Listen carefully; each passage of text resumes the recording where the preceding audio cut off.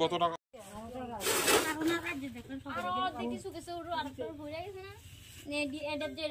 Short কেউ টের পাইছেন নাকি জানা সিসিটিভি করছে না কারণ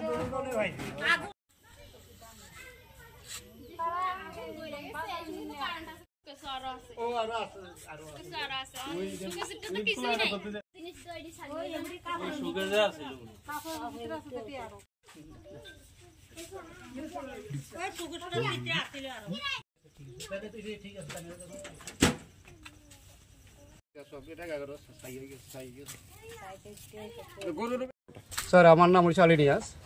ওই তুলামারাতে রাতের 11টার সময় আগুন লাগছে কই একটা হয়েছিল আরম্ভ হয়ে গেছে। তখন হয়েছিল আমার বোমা ছিল ঘরে, বোমা বাড়ি আসছিল যে হয়েছিল লাগাইছে, তখন ট্রাইবেলাররা সবাই আগাইছে। আগানোর পরে এরপরে আমাদের এখানে একজন ফায়ার সার্ভিসের চাকরি করতো, তাই নিয়ে ফোন করছে। তখন ফায়ার সার্ভিসটা আইতে আমাদের এলাকার মানুষেরা কোনোরকম আগুনটা নিয়ন্ত্রণে আনছে। এরপরে ফায়ার সার্ভিস আসে আওয়ার পরে আগুনটার একটু নির্মাণে তারা চেষ্টা করছে। কোন ঘরে আগুন লাগছে? এটা লাগছে রশিগড় থাকার ঘরে। আচ্ছা, তারা থাকার ঘরে। ক্ষয়ক্ষতির পরিমাণ কত? ক্ষয়ক্ষতির পরিমাণ দেখুন, আমরা ঈদের সময় আমাদের ভাইয়া কটা গরু বেচছিল, ছাগল বেচছিল, এইগুলোর টাকাগুলো তাই ব্যাংকে যাইতে আর সময় পাইছে না। আমাদের ঈদেরগুলোর নিমন্ত্রিত সবাই তো নিমন্ত্রণ করে, আমরাও খাই, আমরা নিমন্ত্রিতও করি।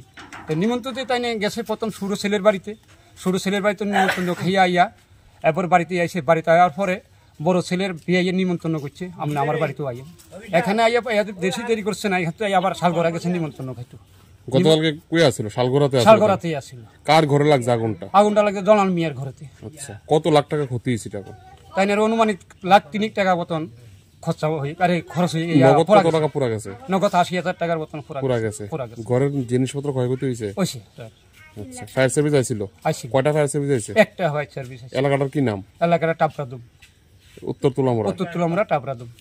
আচ্ছা, স্থানীয় স্তরে প্রশাসন কি আইছিল আপনাদের এখানে? প্রশাসন আইছে কারকাবনের আইছিল, তুলামুড়ারও আইছে। আচ্ছা, দুনো পক্ষেরই আইছে। আচ্ছা, আয়া তারও আমরা একটু যাও ফায়ার সার্ভিস তারা যারা আর দপ্তর আছে তারও আমরা এবং ধন্যবাদ জানাই। পরে আপনারা সরকারের কাছে কি দাবি রাখবেন এখন? স্থানীয় এখন আমরা সরকারের কাছে দাবি করব, সে একটা গরিব মানুষ, সরকার জানে তাদের বাঁচার জন্য একটা ব্যবস্থা গ্রহণ করে, তার জন্য আমরা এটাই দাবি রাখবো সরকারের কাছে।